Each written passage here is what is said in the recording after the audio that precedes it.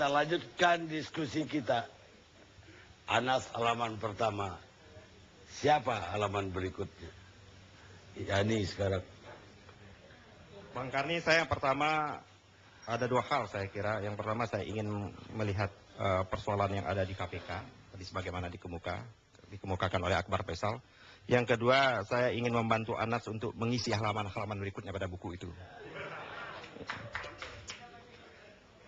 Untuk yang pertama, saya ingin betul memberikan apresiasi yang tinggi kepada KPK. Baru ada zaman Republik kita, sejak ada Republik sampai sekarang ini, adalah institusi penegak hukum yang berani menetapkan menteri aktif menjadi tersangka baru sekarang ini. Ketua umum baru saat ini. Ya kan? Presiden partai baru saat ini. Akan tetapi, banyak hal yang perlu kita kritiki. Saya ini orang yang paling keras mengkritik KPK. Wujud dari kecintaan saya.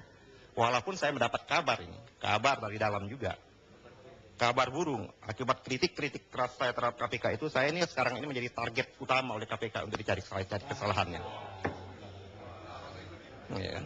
Tapi buat saya nggak peduli persoalannya. Ya, kan? Kalau ada nggak apa-apa yang nggak peduli, saya nggak peduli, memang nggak ada apa. Mereka cari ternyata berdasarkan informasi sulit, tidak ada ketemu, tidak ada fakta dan bukti.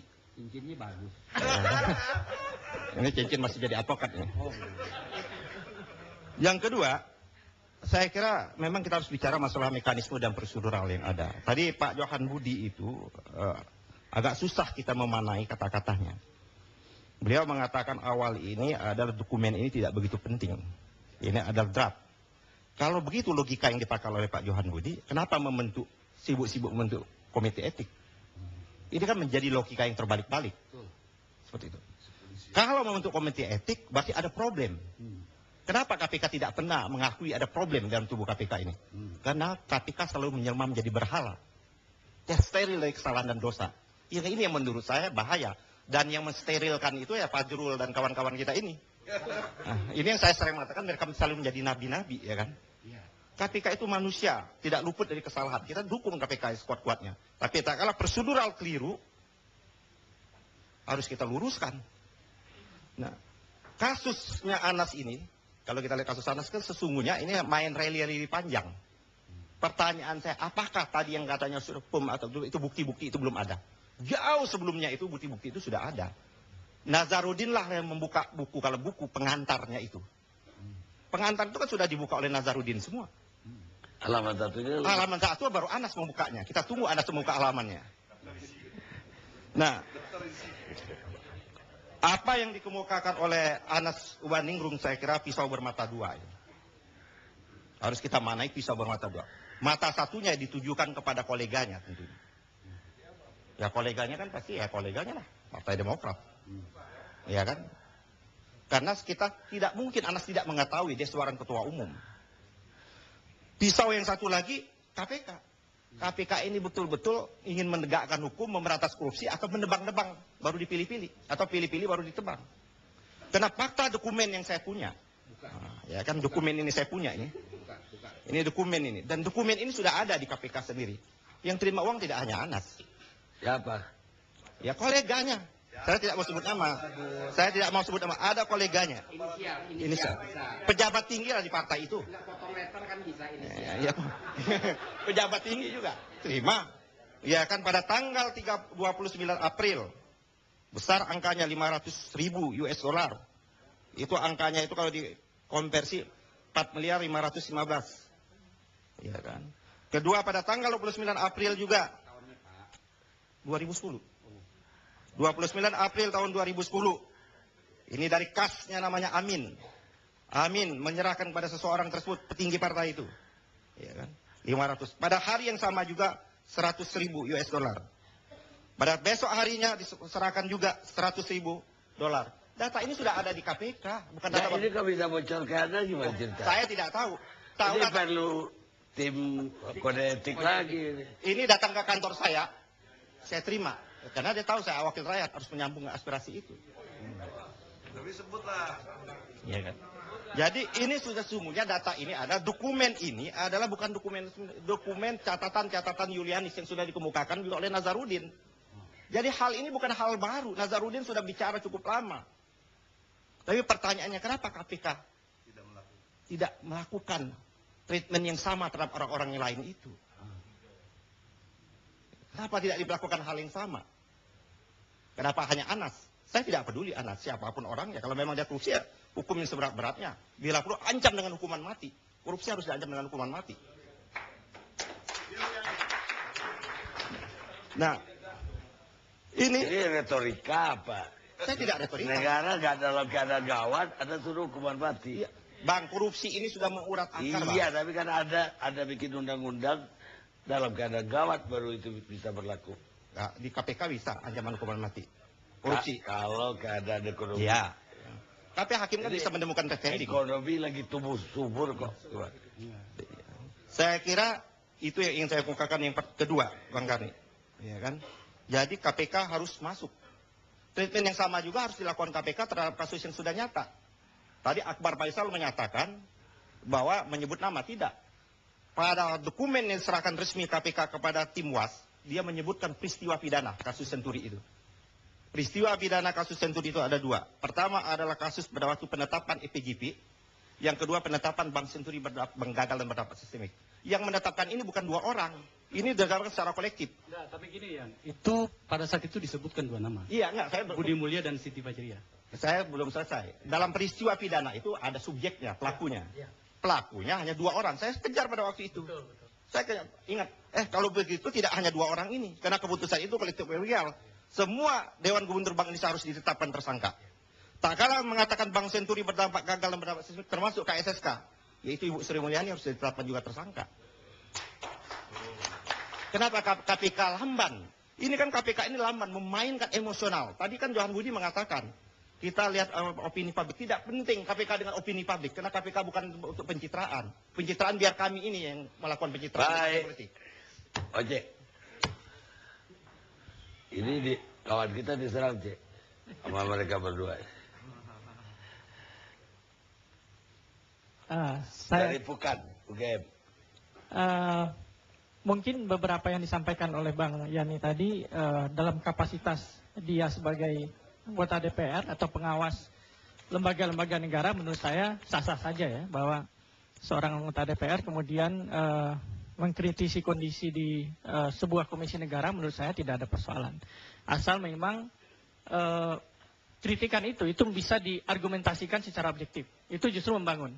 Misalnya katakanlah persoalan sprindik yang memang atau draft sprindik atau apapun dokumen itu namanya yang memang itu boleh jadi ditemukan ada indikasi-indikasi misalnya kesalahan prosedur, ya, kesalahan administratif atau pelanggaran etik atau apapun pelanggaran yang dilakukan oleh orang KPK, ya, oknum KPK atau tidak profesional dan lain sebagainya. Dan yang menentukan menurut saya adalah respon lembaganya. Kalau KPK kemudian tidak merespon itu, maka lembaganya ikut salah. Karena perbuatan oknum tadi tidak direspon oleh lembaga. Tapi begitu KPK memberikan respon secara kelembagaan terhadap indikasi kecurangan atau indikasi pelanggaran yang dilakukan oleh oknum yang ada di KPK, maka itu patut kita apresiasi. Walaupun mungkin nanti proses mereka melakukan verifikasi, kemudian penyelidikan internal dan lain sebagainya, itu perlu dikawal oleh masyarakat. Karena persoalan ini sudah menjadi isu publik dan ini bisa menurunkan tingkat kredibilitas dan integritas KPK sebagai lembaga yang selama ini dikenal pruden dalam berbagai pengusutan kasus korupsi. Ya, tapi kan tidak hanya itu yang bocor. Itu Ya. juga bocor tadi. Banyak bocor yang lain. Ini kan bukan dari KPK kan? Di media juga banyak kan. Ya, Kenapa kali ini ribut? ya menurut saya begini. Ini kan harus dipisahkan mana yang penegakan hukum, mana yang perspektif politik. Jadi kasus Anas ini memang menarik karena posisi dia sendiri sebagai ketua umum partai terbesar dan kemudian prahara Demokrat ini hampir setiap hari juga kita diskusikan dan berbagai rangkaian peristiwa secara perspektif analisis politik itu memang nyambung begitu.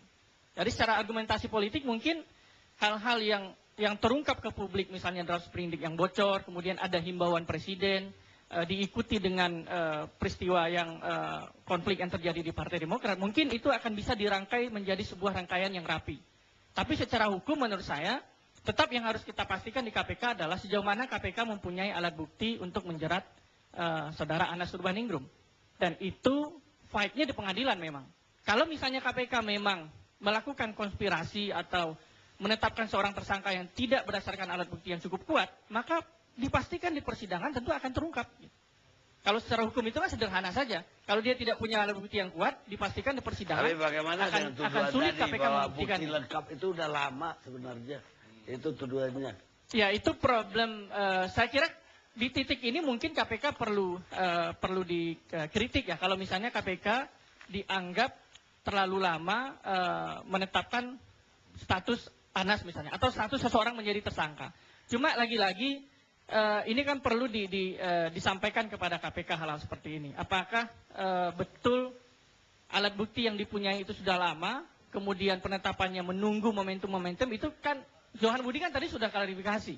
Walaupun mungkin sah-sah saja publik kemudian menilai KPK lama atau tidak, itu sah-sah saja. Misalnya ketika kita menilai kasus Senturi, ini terkesan lama, terkesan cepat, terkesan sedang, normal, itu ya sah-sah saja publik menilai itu. Tapi bagaimanapun kita harus pahami, KPK punya kewenangan di situ. Jadi bukan berlambat-lambat. Jadi KPK punya kewenangan menetapkan seseorang menjadi tersangka atau tidak. Dan kemudian kapan menetapkan tersangka, saya kira ini sangat terkait pada teknis penegakan hukumnya. Mungkin terkait juga dengan strategi, terkait juga dengan alat bukti yang belum firm, kita nggak tahu. Saya juga nggak tahu tentang itu. Kebetulan setelah Ketua Majelis Tinggi Demokrat ngomong, baru jadi itu kira-kira intinya ngomong dia. Ini tadi kalau kita bicara, sebentar saya tadi, pada waktu yang lalu kan nyanyian Nazarudin ini cukup lama. Sejak dia keluar negeri. Tapi kan waktu itu dinafikan oleh KPK. Ya kan? KPK menafikan pernyataan-pernyataan. Tapi baru kali tadi saya mendengar Johan Budi menyatakan mengutip pendapatannya Nazarudin. Merujuk pada pernyataan-pernyataannya Nazarudin. Padahal Nazarudin sudah cukup lama. Tidak hanya kasus Hambalang. Masih banyak kasus-kasus yang diungkapkan oleh Nazarudin itu. Yang juga harus dibongkar oleh KPK. Kalau memang kita serius untuk memberantas korupsi. Atau pura-pura memberantas korupsi. Bantah. Maka yang paling penting menurut saya adalah begini.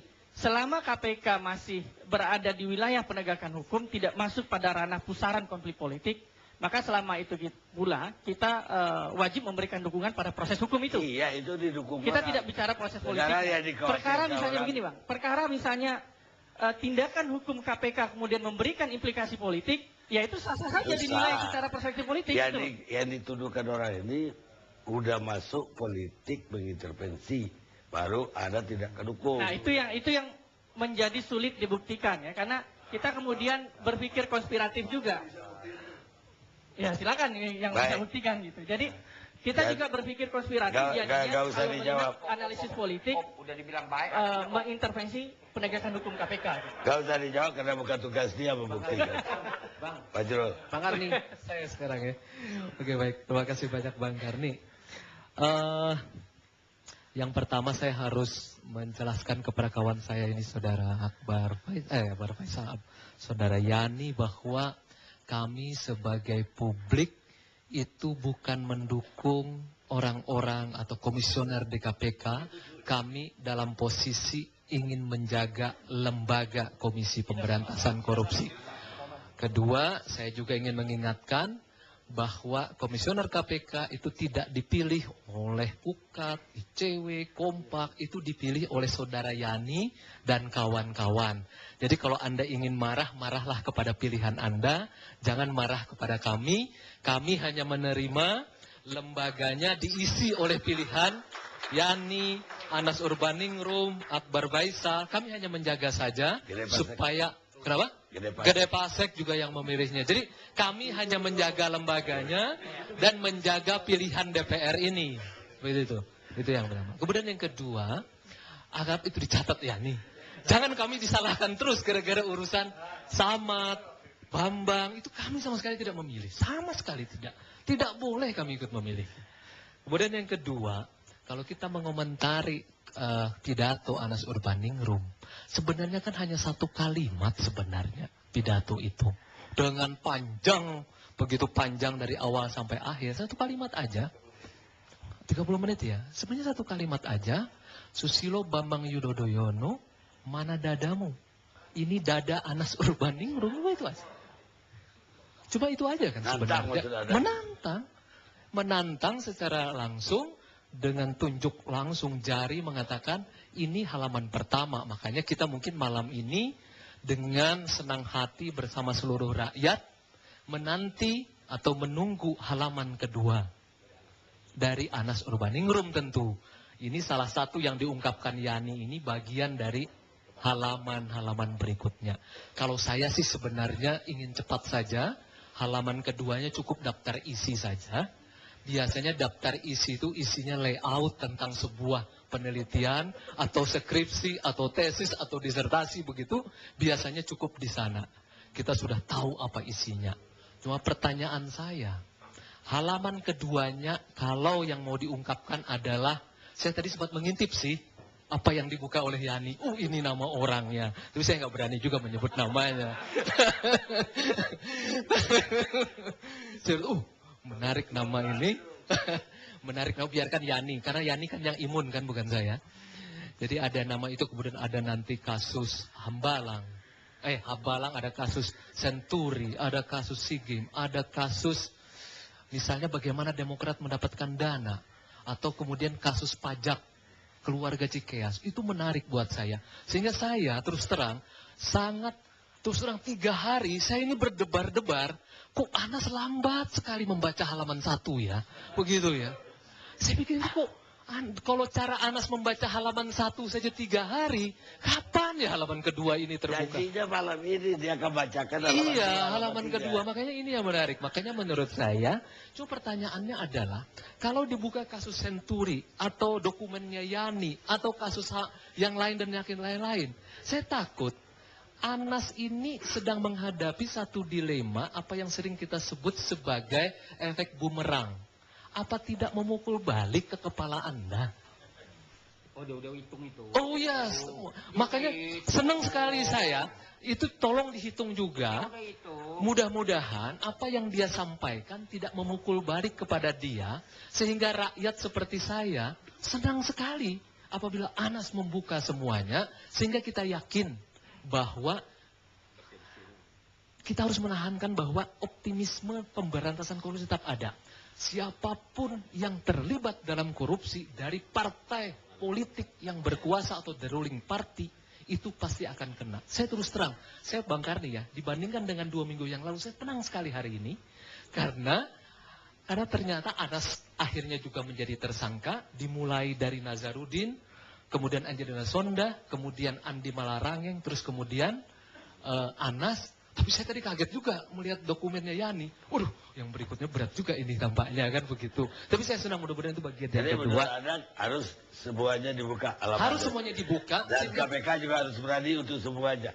Saya pikir itu tidak ada jalan lain. Tapi Anda tidak berani nyebut nama yang... Karena itu Yani yang harus.